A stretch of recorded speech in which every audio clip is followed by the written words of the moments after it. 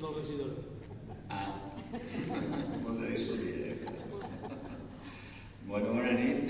Realment és commovedor estar aquí, aquí en aquesta localitat, no? Roig del Camp, com deies, doncs, aquí estem al costat de la casa, no? De la família de Nages, que la vam conèixer fa molts anys. Clar, aquesta és una història tan llarga i crec que ens ha atrapat molt a tots. Ja ho has indicat abans una mica, i és que quan ens vam enterar, aquí són dues editorials que hem tirat del carro, i és per la part de l'UME, i després està Ventall, que la Núria està per allà amagada, per allà baix. No, allà, el teu marit és aquesta allà baix. I d'alguna manera tots ens ha copsat, ens hem anat sumant tots, el Sergi com a fotògraf, buscant, dedicat als temes socials, va voler involucrar-se en un treball fotogràfic sobre una exhumació a la Pedraja, i ja va sortir la història. En aquells moments, si es va fer aquesta exhumació, va ser evidentment gràcies als familiars de les víctimes d'aquell espai prop de Burgos, que van estar lluitant moltíssim temps per poder fer aquesta exhumació. Aquesta exhumació estava en un lloc on passava un camí de Santiago, no? I això depenia de medi ambient. Me'n recordo que ens comentaven que durant molt de temps no van poder fer res perquè era una qüestió d'interès turístic. Imagineu-vos com estaven les coses, i no són gens fàcils encara en molts llocs. Recordo que hi havia un pressupost que va posar directament de presidència, en aquell moment era el president Zapatero, perquè això pogués anar directament a ajudar a fer exhumacions. Si no hagués estat així, és possible que l'exhumació de la Pedraja hagués tardat molts més anys. És a dir, encara tants anys després ens trobem amb tants problemes. Això va avançant, però en alguns llocs més, en alguns llocs menys. I crec que això també ens va doldre, de com és possible recuperar els familiars que a més han sigut assassinats i que no hi hagi una ajuda. És el mínim, és una falta de dignitat increïble. I la història, l'altra és la història de l'Antoni, que me'n vaig a un poble que no coneixo de l'altra banda de la península a ajudar uns nens que el que tenien era un professor que era el capellà, i que la República es va indicar que això no podia seguir així. Quin cor, no?, per fer això, no? Ha de ser una persona amb un sentit de la generositat i de l'entrega increïbles, no?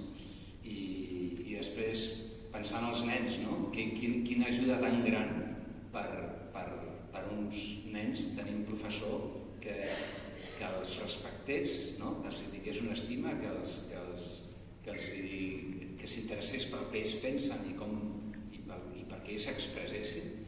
I llavors això, clar, tot això és un còctel molt potent que crec que ens ha enganxat molt a tots. En el seu moment, fa uns 10 anys, vam fer una presentació aquí, que abans no recordo si era aquí exactament, en aquest espai. Potser sí, però potser no estava en aquestes... No era de color. No era aquí. I era un llibre sobretot documental, perquè era necessari en aquell moment mostrar les imatges, no?, del que significava una exhumació, no? I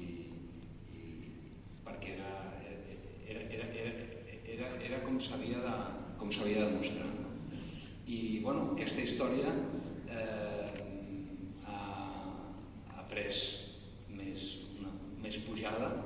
El Paco li ha donat ara una dimensió molt potent amb la pel·lícula. Anteriorment, crec que és una idea que tenia ja des de fa molt de temps, nosaltres l'anàvem insistint, però crec que ell ho tenia claríssim, però és tan difícil d'una pel·lícula que suposo que era molt reservat amb això. Anteriorment, molta més gent també ja ho sabeu, molts de vosaltres, s'ha fet molt seva la història, hi ha cançons, hi ha hagut una obra de teatre, el mateix Sergi, amb un company seu que van fer un documental també molt interessant. I crec que és una història molt actual, tal com estan anant els temps. El que necessitem és realment persones molt conscients i el Toni Benages era un exemple estupend. Passo la paraula al Sergi. Mercès, Leopoldo. Mont-roig del Camp és un honor poder estar aquí avui i sobretot tan a prop de la casa familiar on va néixer l'Antoni, però el privilegi és tenir la família aquí davant. Una vegada més, des de 2010. Ostres, havia passat tantes coses. El cas és que què us puc dir? Els últims, des de 2010 cap aquí, des de 2010 cap aquí, vaig tenir l'oportunitat de parlar amb molts exalumnes. L'últim exalumne, el 2020 el va matar el Covid, era l'Elio Díez, però us puc dir que la feina i l'esforç dedicat per l'Antoni Benages en aquella petita escola de Burgos no va ser en va allò. No va ser en va perquè quan vaig poder conversar amb ells tothom tenia aquell agraïment cap al seu mestre. Però és veritat, com d'alguna manera em deia en Jaume Roger Benages, que des de l'assassinat del mestre fins a gairebé el 2010 ningú havia passat pel Mont-roig preguntant per l'Antoni Benages i per la seva família, per agrair-los la feina feta allà, i que la família també contribuïa per comprar coses per a aquella escola de Burgos. Però jo penso, o almenys quan vaig poder parlar amb ells, aquesta gent va haver d'oblidar per poder continuar la vida. I van començar a recordar i a parlar alguns en 2010. Van haver altres que no van parlar mai, per la por encara, però també per tornar a recordar aquells fets. Recordo l'Eladio, una persona entranyable, tenia uns problemes de demència superaguditzats. L'última vegada que el vaig anar a visitar a l'escola, a la llar d'avis que tenia allà a prop del poble, doncs li vam regalar un llibre i recordo que parlant amb quadernets i històries que havia fet ell, hi havia una història explicada i feta per l'escola que hi ha de Bañuelos de Bureba, en un dels quadernets que es deien Los 7 Hermanos. Era una il·lustració feta pel Severino, el seu germà gran, i sortien uns dibuixets amb els teus germans. I ell començava a dir Jacinto, que era el més gran, Severino, tant. Però al final, a l'arribar als últims, havia oblidat els noms dels seus germans petits, però en canvi perfectament se'n recordava del mestre Benaiges. I és igual com la Felisa Villades, Felisa que havia deixat el poble quan es va casar molt jove, havia anat a Saragossa, m'havia tornat al poble, i ella també, matar-me a mi maestro, matar-me al maestro Antonio, i era un buen maestro. I deia doncs que matar-me a mi maestro i era un buen maestro, i després deia, i això vam recollir el documental, y él no hizo nada y lo fusilaron, però no sabíem que s'equivocava. Sabíem que l'Antoni Benages havia fet molt, tant, que encara continua vibrant. El seu exemple, la seva determinació i el seu compromís per ensenyar aquelles criatures en llibertat, en un espai on no hi havia mitjans suficients per poder fer una classe com a mestre, doncs encara continua vibrant. l'Eladio van salvar del temps, van salvar de la crema del pas del temps que moltes vegades oblidem, situacions, noms, olors, converses, fisonomies. Ells van arribar a agafar aquests moments, aquests dos cursos a Bañuelos de Bureba per quedar-se amb ells, per sempre. I ells van salvar del temps, d'aquesta gran crema que és el pas del temps, la història del seu mestre. I quan van poder, la van explicar. Jo vull agrair-vos a tots els que esteu aquí, perquè està plena aquesta església vella, que no vulgueu oblidar que esteu aquí amb una vella memòria, però molt vigent, com estem veient els darrers anys. Una vella memòria que explica la història d'un mestre de poble feliç, abocat a la seva escola, i que d'alguna manera heu vingut avui per veure la presentació d'aquest llibre. Vull agrair al Centre d'Estudis Montrogencs per organitzar aquesta presentació del llibre, el mestre que va prometre el mar. Vull agrair a l'Ajuntament de Mont-roig la possibilitat d'haver muntat aquest acte, d'haver permès aquest acte, d'haver fet fill il·lustre d'aquesta vila, l'Antoni Beneses del 2021, i tots els actes, la placa que vam col·locar el 2013 o el 2014, no me'n recordo, eren festes de Mont-roig. Vull agrair, que els agraïments són tan llargs, ho sento.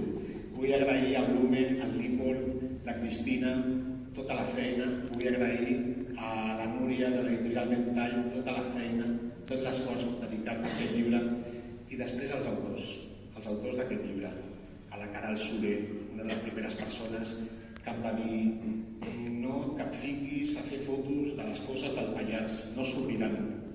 Jo et passo el contacte d'uns bascos, Sociedad de Ciencias Gonzali, Paco Echevarría i Lourdes Serrasti, ells cada estiu obren. I va ser així, vaig posar-me en contacte amb aquesta gent, i aquesta gent em va enviar la Pedraja, sense saber ni de Mestres, ni de Frener, i gairebé ni de Mont-roig, ho sento. Però després agrair a Paco Ferrandiz, un altre autor del llibre, gràcies, i aquest home, el Paco Escribano, ha portat la pel·lícula, però va fer un superrelat, una supernarració en aquest llibre, que ha fet que canviessin tantes coses en aquest llibre. Va fer que hi hagués una associació en aquell poble de Burgos, aquest llibre, perquè a partir d'aquest llibre van començar a pujar bàsicament catalans inicialment a veure l'escola de Bañuelos del mestre Benages, i van començar a haver canvis allà, petits canvis, però molt importants en aquell poble de Bañuelos. I després, no només que la seva narració, sinó el que tantes vegades jo l'havia demanat, de vegades com si fos una brometa, perquè agafava algú del públic i li deia: pregunta-li al Paco quan farà la pel·lícula. D'això parlem 2013, 2014, 2015, però estem a 2024 i tenim una pel·lícula que l'han vist més de 250.000 persones, que la gent quan acaba la pel·lícula aplaudeixen, que la gent s'emociona, i que gràcies a aquesta pel·lícula doncs tindrem una societat, una joventut i una població general que sabrà de la Segona República, que sabran dels mestres de la República, que sabran del cop militar contra la democràcia de la República, que sabran del que va fer i del que som capaços de fer de nou el feixisme. I simplement li volia agrair, però també espero que aquesta pel·lícula serveixi també com un incentiu cap als mestres, que d'alguna manera se n'adonin que la classe rutinària i memorística no va enlloc i pot arribar a matar l'escola i la creativitat dels infants, però que després que vegin en l'Antoni Benages, ho sento, però avui ben superinspirat, amb aquesta pluja superproper. Doncs amb aquest exemple d'aquesta vida d'Antoni Benages puguin d'alguna manera agafar aquest amor cap a l'escola i que se n'adonin que l'escola pot ser doncs com un ascensor social o pot ser una cosa que faci millorar la societat. La Segona República ja va costar tot en l'escola. El mestre havia de ser el ciutadà número 1, perquè havia de fer els futurs ciutadans de la República. L'Antoni Benages estava en aquell poble. Era com una punta de llança de l'estat republicà. Portava l'esperança i el progrés. Portava la impremta i el gramòfon. Amb la impremta els deixava el text lliure, el dibuix lliure, que simplement parlessin, expressessin per aquesta tècnica, volia que s'expressés. I ho va aconseguir. Llàstima que només van ser 2 cursos. Tal com deia Gregorio de La lengua de la mariposa, una superpelícula també dedicada als mestres, deia que nos dejen solo una generación, una única generación de alumnos educados en libertad. Nadie más jamás nos podrá arrebatar ese tesoro. Lamentablement, la república no va durar tant. Però és veritat que espero i desitjo que aquesta pel·li faci vibrar encara més la història d'aquest mestre i que sigui un antídot antifeixista. Perquè si estem aquestes persones, i després volia agrair la família, perquè heu conservat la flama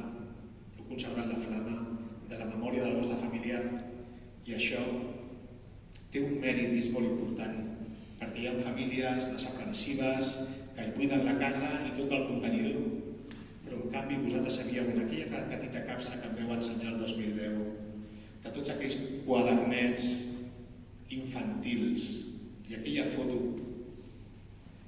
estava en una caixa, però d'alguna manera explicava tota una memòria enterrada a pocs quilòmetres de l'escola.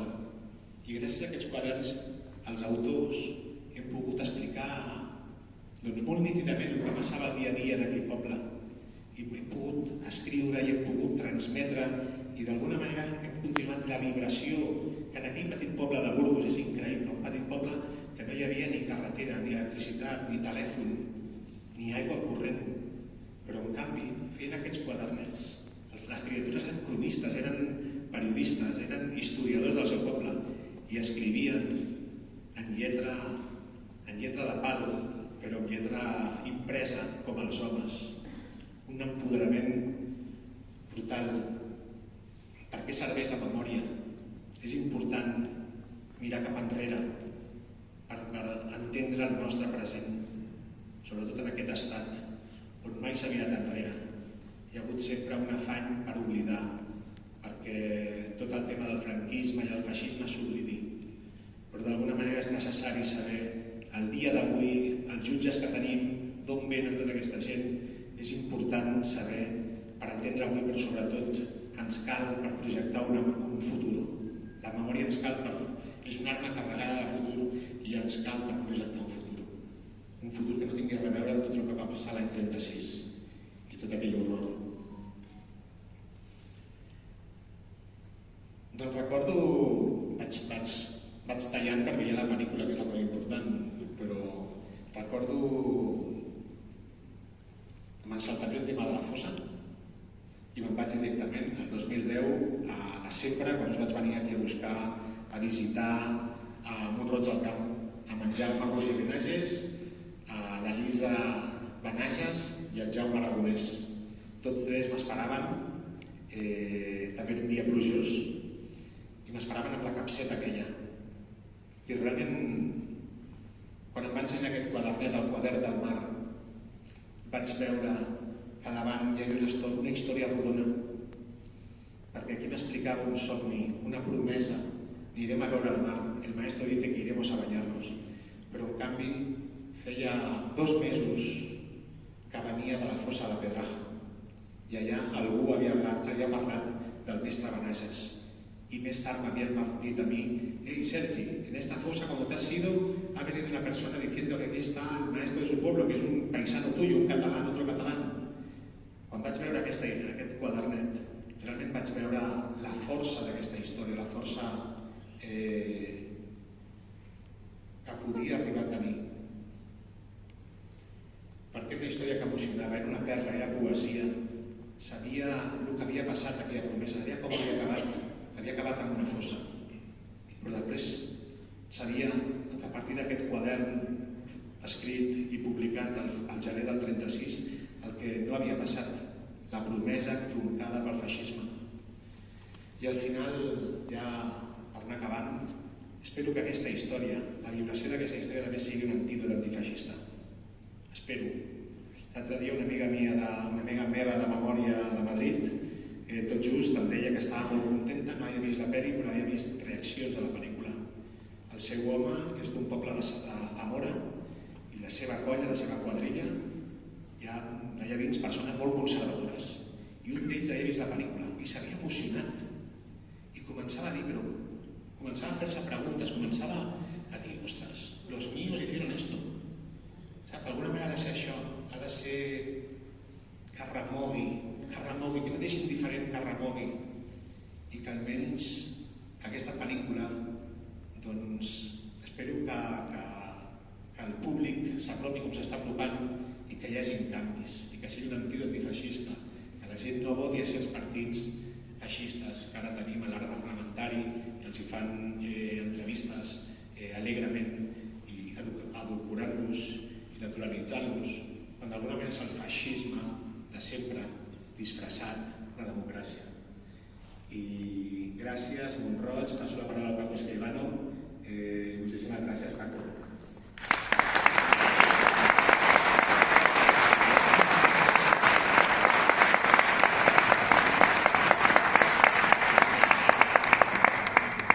Sergi Bernal, una de les moltes coses que hauràs d'agrair al mestre Antoni Benages és que cada vegada t'expliques millor, parles millor públic i tu ets un crac.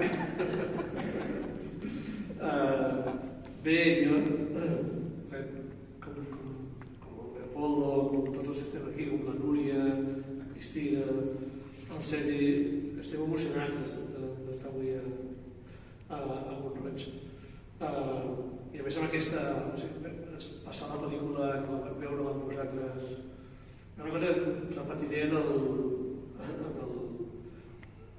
la projecció, que és que clar, nosaltres vam dir, bueno, els distribuïdors ens van dir per passar la pel·lícula a Mont-roig, l'Ajuntament ho va demanar, va fer una demanda, volem passar la pel·lícula, i evidentment fer-ho gratuïtament, no cobrant. Però clar, els distribuïdors deien, home, però és que està als cinemes, no sé què era, diguem un dia, però llunyà, perquè no hi hagi problema i que no estiguem als cinemes. I van dir, bueno, fem el 19 de gener, que segur que hi ha gent als cinemes. No. 19 de gener encara està a més de 50 sales amb un èxit que encara ens sorprèn a nosaltres. Hem aconseguit superar els 250.000 espectadors.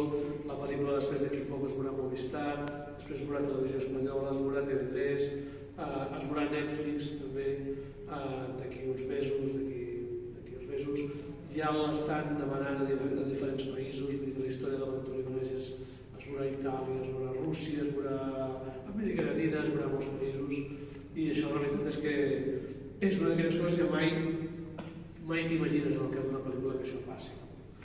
L'únic que em sap greu és que, perdó, no puc explicar el secret de la Jaume, és que la pel·lícula va fer 14 versions, i les primeres versions sortia el Jaume Benages que anava allà a veure i portar els quadernets. Hi ha un moment que es treuen els quadernets, que era un tribut a la família que volien fer, que els quadernets estaven, i aleshores sortia el Jaume i al final ens vam carregar el personatge.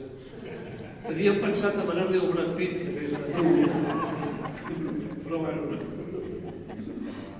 Però la veritat és que sí que hauria estat era un homenatge a la pel·lícula, surt aquest moment que és la família que ens ha portat els quaderns, i això és com un homenatge que també com l'emoció que tots els antics explicaven al Sergi, aquesta emoció com va veure el Juliet que tenia la Lisa allà, on guardava els quaderns, i era realment emocionant veure aquests quaderns, tocar-los per primera vegada. A mi aquesta història m'arriba per la Núria Guido. La Núria és una molt bona amiga, ens coneixem fa molts anys, editora de l'editorial del Ventall, i em diu, mira, tinc una història que estem fent un llibre documentant l'obertura de la Bossa de la Pedraja. És un llibre en què hi ha les fotografies del Sergi, alguns articles, les fotografies que es volen fer, però clar, ha sortit aquesta història. I ha sortit i em va passar els quaderns, i ens agradaria que tu fessis la part de la biografia de l'Antoni Benages. I aleshores, clar, vaig dir, jo estava a punt de viatjar al Brasil i estar més de 4 mesos al Brasil perquè estàvem a punt de fer una sèrie que vam fer en coproducció al Brasil, El descalç sobre la terra vermella, una sèrie sobre I aleshores, quan em va dir això, dic, escolta, no puc. Tot i així m'ha dit, tu em viu. Llavors em va passar els quadernets, em va passar els escrits de l'Antoni Brages, em va passar una mena d'epitafi que li va fer el Patricio Redondo quan es va assabentar de la seva mort. I m'ho va enviar i vaig començar a llegir-ho i aquesta història em va atrapar. Em va arribar al cor, em va travessar l'ànima. I dius, ostres, què té? O sigui, no. I era l'Antoni. Era la humanitat de l'Antoni Brages. I és com escriu. O sigui, evidentment els quadernets són especials. Però és que si llegiu qualsevol dels escrits de l'Antoni Brages, és que t'arriba l'ànima. Perquè és que escrivia d'una manera tan apassionada.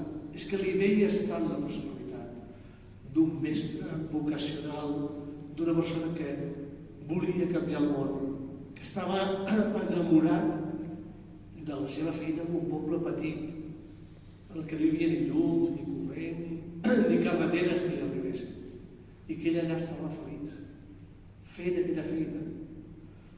I clar, quan això li vaig escriure un mail, no me'n recordava, l'altre dia no me'n recordava, com vam fer la presentació a Barcelona, que li vaig dir, no puc, però ho faré, perquè és que no podia ser. Després vaig conèixer el Leopoldo, també, el senyor Blum, que també va ser molta ajuda, i aquest senyor d'aquí, que és com una força a l'Atureu, és passió pura, però realment també és una de les persones que, gràcies a ell, a la seva constància, tossuderia, a la seva feina i al seu treball, doncs hem aconseguit que realment mantenir viva la flama del record de l'Antoni Brages. I vaig parlar molt amb el Sergi, vaig parlar molt del material que havia aconseguit, vaig conèixer la família, com us he dit, i aleshores sí, vam escriure aquest llibre, i aquest llibre no és que fos un èxit, no és que el llibre fos allò best-seller, no vam aparèixer cap llista amb els més venuts, no? Ens coneixeríem, no? Però bueno, potser el Leopoldo no va fer bé la seva feina, no? No era un llibre molt gros, era aquest temps d'estar per aquí, no era la intenció tampoc. Però no sé què va tenir aquest llibre en aquest moment, perquè abans ja s'havien fet coses, hi havia també el Martí Roma aquí que va fer uns articles aquí en la revista local, i ja hi havia hagut algunes referències. Jo crec que hi ha coses que m'he anat preguntant, què té aquesta història, que de la mateixa manera que ens va atrapar a nosaltres, atrapa també la gent i arriba al cor de la gent. El llibre, la gent que el llegia va començar a realment a sentir-se molt pròxima i molt atrapada per la figura de l'Antoni Brages, com passa també amb la pel·lícula. I aleshores em pregunto què té aquesta història. I aquesta història, clar, evidentment, és una història que hi ha una part que... Això m'ha costat descobrir-ho, no ho he descobert. No ho vaig descobrir quan vaig escriure el llibre. No vaig descobrir tot el procés. Ho he descobert ara amb tot el procés de fer la pel·lícula. Perquè hi ha una part de la història que és una història que ja és sabuda. Trista, que potser l'haurien d'haver explicat més, però que és sabuda, que és que els mestres de la República van ser les primeres víctimes de la barbària feixista del règim del general Franco. Perquè eren la primera línia per canviar la societat, per canviar, per millorar la cultura, per acabar amb l'atràs, per acabar amb la ignorància. Eren militants, autèntics, més que mestres, eren militants republicans que intentaven fer un país millor a partir de la seva feina i a partir de lluitar contra la ignorància. I evidentment, fixeu-vos, si aneu al Alcalá de Henares, a l'arxiu on hi ha tots els expedients de depuració de mestres, milers de mestres, que els que no van matar, com l'Antoni, doncs, els van desposseir del títol, van haver de deixar de fer mestres. I, per exemple, fèiem la presentació, no sé què té Mont-roig amb els mestres, també aquí, i sobretot la família homenatges només, que són tots mestres. Hi ha moltíssims. A la presentació de Barcelona hi havia un matrimoni que deia els nostres avis eren de Mont-roig, eren mestres, van tenir 5 fills, els 5 van ser mestres i nosaltres estem aquí i som mestres. I deies, ostres, no sé, alguna cosa va tenir l'aire de Mont-roig. Però bueno, com deia, el tema dels mestres és evident, és una cosa evident. Clar, jo crec que no és... O sigui, m'ha costat de trobar-nos, però crec que el que fa que aquesta història realment sigui molt actual és el doble crim que hem comès amb l'Antoni Benages. Hi ha un crim que el van cometre els falangistes, que el van... els franquistes, els feixistes que el van agafar, que el van torturar, que el van matar. I que el van enterrar, i que no el van enterrar, que el van enterrar en una fossa comuna o el van enterrar a una cuneta, i que quan fan això no volen simplement matar-lo, no volien simplement matar-lo, volien esborrar-lo. I crec que el fort d'aquesta història és l'altre crim. L'altre crim és que ho van aconseguir. Que la memòria de l'Antoni Benages va ser esborrada. Durant més de 75 anys quedava la família que tenia el joieret amb els quaderns. Però no sabia realment què havia passat. Li faltava molta informació. Per una altra banda, els seus companys feinetistes que estaven van haver d'anar a Mèxic, o van haver de fugir, o van haver d'exiliar-se, sí que tenen una part de la informació, però evidentment estaven lluny. I la gent que d'alguna manera sí que van ser els últims testimonis de la vida de l'Antoni Benages, que eren els seus alumnes, els seus amics, els seus companys, els seus enemics també de Briviesca i de Bañuelos, és una gent que va optar pel silenci. I aleshores crec que un dels èxits que té la pel·lícula i que també té aquesta història és que és la força de com una història d'aquest calat, com un personatge d'aquesta categoria humana i professional els va oblidar. I això forma part de la nostra història. Molts de vosaltres sou fills del que es deia la generació, la majoria silenciosa, que evidentment era una majoria silenciada. Evidentment amb el franquisme el silenci era imposat, però el silenci també sortia de dins. El silenci també era anestèsic. El silenci era també una resposta al dolor. Molts dels alumnes que va tenir l'Antoni Benages no parlaven d'ell perquè els feia mal. Perquè els feia mal recordar, perquè el van estimar, perquè molts d'ells els va canviar la vida. I això és el que va fer que molta gent, quan arribava a determinades coses, molta gent, hi ha tota una generació que no va parlar amb els seus fills, que no els hi va explicar què és el que havia passat. No ho van fer per por només, ho van fer per dolor, perquè cada vegada que havien de parlar d'aquell parent que estava enterrat en una fossa comuna, d'aquell parent que havien matat, era un punyal que se'ls hi tornava a clavar al cor. Però clar, aquest silenci, la conseqüència d'aquest silenci, és una herència inassumible, que és l'oblit. No podem assumir una herència d'oblit. I per això precisament són les segones generacions, són els fills, són els nets, són els besnets, que són els que estan obrint les fosses, el que estan buscant. I aquesta, per mi, és la victòria que té la història d'aquest llibre i la història d'aquesta pel·lícula, que és una mica el crim dels que van matar a l'Antoni Benages és un crim del que nosaltres no tenim cap culpa i que els culpables, no sé si la culpa per escrit, perquè aquestes culpes no haurien de prescriure, però ja fa anys que són morts. L'altre crim, el crim d'haver-lo oblidat, és un crim el que nosaltres sí que tenim part de culpa.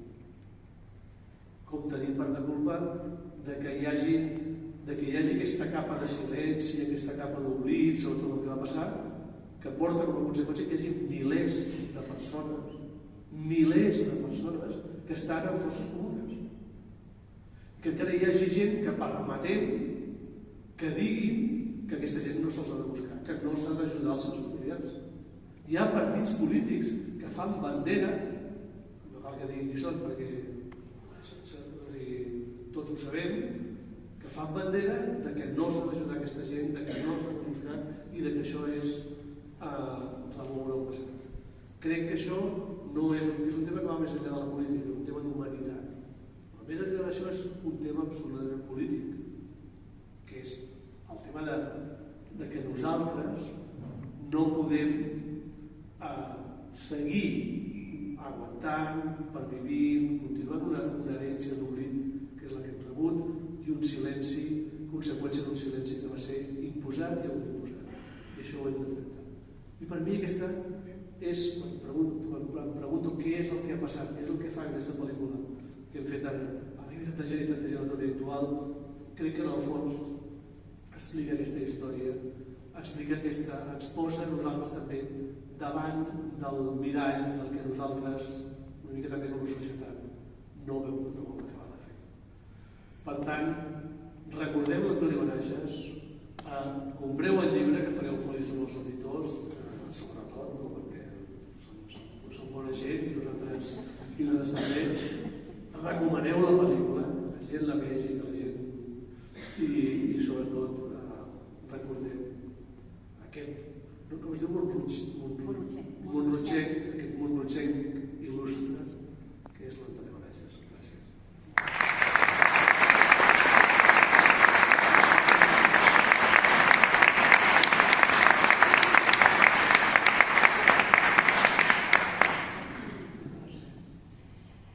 Jo, si em permeteu, encara que no em tocava ara, però com que has de tancar, després de tu jo ja no puc dir res, dius que jo soc d'aquells montrogencs, o montrogenca, que tots els estius se'n va a les Pobles, tota la vida, a les Pobles, amb unes casetes de tros, que abans eren molt simples, ara no ho són tant, però allà passem l'estiu. I cada dia a les 8 del matí som a la platja. Aquesta platja, que el Tom Benages deia que portaria a banyar els nens. La platja és molt dolenta, actualment, s'està menjant tot el terreny. Però jo us prometo que des que conec l'Antoni Benages, perquè no el coneixia, això que deies, aquell oblit, quan arribo al mar i veig com està, si està enfadat, que diuen els meus nets, diu, ui, està enfadat el mar, o està clar absolutament, perquè ja ha vist de tot. La voluntat meva és de fer aquell pensament amb l'Antoni, aquella llibertat que ell volia per l'escola, i de veritat que no me'n puc estar. I ho faig, i això són molts dies a l'any. Res més.